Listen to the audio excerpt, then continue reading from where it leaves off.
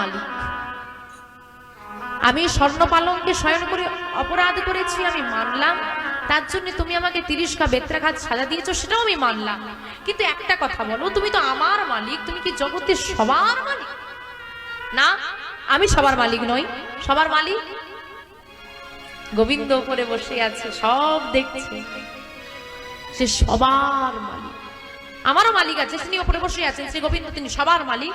তার মানে তোমারও মালিক? হ্যাঁ, আমারও মালিক, আমি কখনো অস্বীকার করি না, সে আমারও মালিক।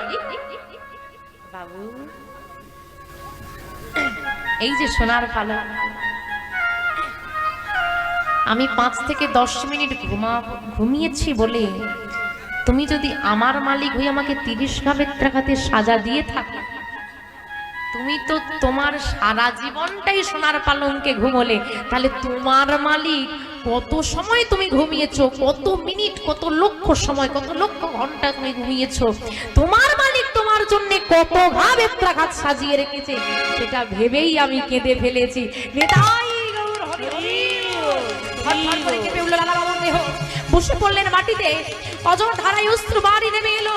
সুমতিকে জড়িয়ে ধরে বলে উঠলেন, সুমতি, সুমতি, তুই কি বললি আমার? তুই কি বললি? না না না না না, তুই তো কিছু ভুল বলিসনি, ঠিক বলেছিস। আমি যদি তোকে সাজা দিই, তিনি আমাকে সাজা দেবেন, আমার তো মালিক আছে। ওরে সুমতি, তুই আমার চেতনা ফিরিয়ে দিলি রে মা। আজ থেকে তুই আর দাসী নয়, আমি তোকে নিজের মেয়ের রূপে স্বীকার করলাম রে। ওরে মা, হ্যাঁ রে, আমি তোর বাবা, তুই আমার মেয়ে। বল বল বাবা বল। বাবু? না না না, বাবু নয়, বাবা। বাবা বল, একবার আমাকে বাবা বল। বাবা? হ্যাঁ হ্যাঁ হ্যাঁ, আমি তোর বাবা, আর তুই আমার মেয়ে, আর আমি তোর বাবা হয়ে এই তোর মাথায় হাত দিয়ে আমি আজ প্রতিজ্ঞা